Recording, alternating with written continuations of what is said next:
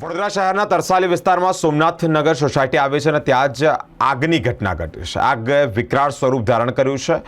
Fire ફાઇટરની જે team છે તે પણ ઘટનાસ્થળ પર આવી પહોંચી છે। જીબીના અધિકારીઓ પણ અહીંયા આવી પહોંચ્યા છે। પાણીનો મારો સતત ચલાવ્યો છે। આગ લાગવાની સાથે જ અહીંયા અફરાતફરીનો માહોલ પણ જોવા મળ્યો છે। આગે વિકરાળ સ્વરૂપ ધારણ કર્યું છે। ઘણું બધું નુકસાન પણ થવા પામ્યું છે। ઘરમાં શોર્ટ સર્કિટના કારણે આગ લાગી હોય તેવી પ્રાથમિક માહિતી સામે આવી છે। પાણીનો મારો સતત ચલાવતા આગ પર કાબુ મેળવાયો છે।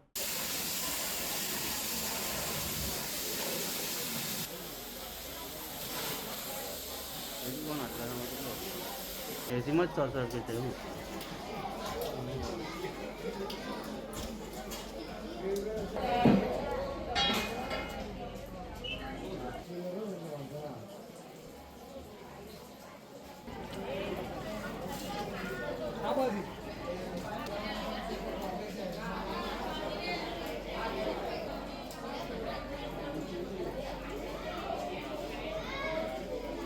કંટ્રોલ રૂમથી અમને કોલ મળેલો સોમનાથ નગર સોસાયટીમાં એ 258 નંબરનું ઘર છે। એમાં ઘરમાં આગ હતી।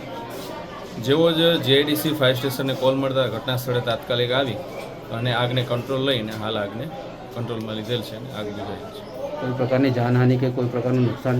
હા, કોઈ પ્રકારની જાનહાનિ નથી થયેલ એવું પ્રાથમિક અમને અહીંયાથી માહિતી મળેલ છે કે ભાઈ આ રૂમમાં આગ હતી એટલે એ રૂમની આગની ટોટલ આગને કંટ્રોલ કરી અને કુલિંગ કરી અને હાલ આગને કંટ્રોલમાં લઈ લીધેલ છે। આગ લાગવાનું કારણ શું છે એ તપાસનો વિષય છે કે કઈ રીતે આગ લાગી હાલ અમને કારણ જાણવા મળેલ નથી। આપનો પરિચય? Sub officer Hirendan Gadhvi.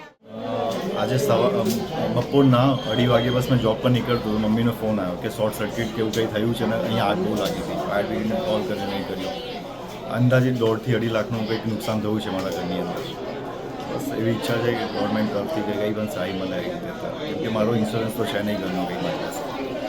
આગ લાગવાનું કારણ કે આગ લાગવાનું હજુ તો એક્ઝેક્ટલી ખબર નહીં પડી મને કે શું છે કે કઈ રીતે આગ લાગી છે, બટ